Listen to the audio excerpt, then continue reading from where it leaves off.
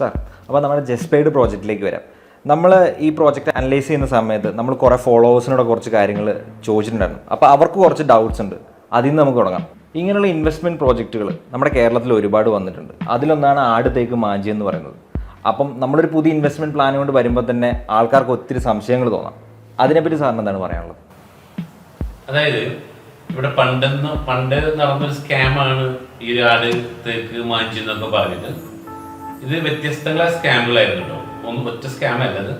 അപ്പൊ അതിലേക്ക് അറിയാൻ സാധിച്ചത്, പണ്ട് കോഴിക്കോടുള്ള ഒരു അനീഷ് എന്ന് പറയുന്ന ഒരു വ്യക്തി പാലക്കാട് പോയിട്ട് ഒരു പ്രൊജക്ട് തുടങ്ങുന്നു. അവിടെ തുടങ്ങിയപ്പോ തന്നെ പേര് വരെ മാറ്റിയാണ്. അപ്പൊ അത് ഓൾറെഡി സ്റ്റാർട്ടിങ്ങിലെ തന്നെ അതിന്റെ ഉദ്ദേശ ലക്ഷ്യം, അത് എനിക്ക് കുറച്ച് പൈസ വേണം, അതിന് കുറച്ച് ആൾക്കാരെ പണം തട്ടിക്കണം.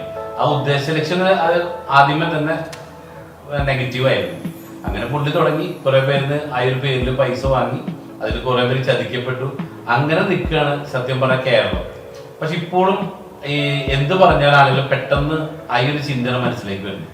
അപ്പൊ ഞങ്ങൾ ഈ ബിസിനസ്സിലേക്ക് ഇറങ്ങി തിരിച്ചപ്പോഴും ഞങ്ങളുടെ മുമ്പിൽ രണ്ട് ചാലഞ്ചസ് ഉണ്ടായിരുന്നു.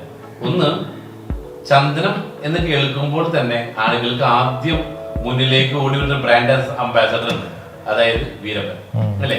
അപ്പോ വീരപ്പൻ എന്ന് പറയുന്ന കഥാപാത്രം ചന്ദനത്തിനെ ഒരു നല്ല ലെവലിൽ പൊക്കി വെച്ചിട്ടുണ്ട്.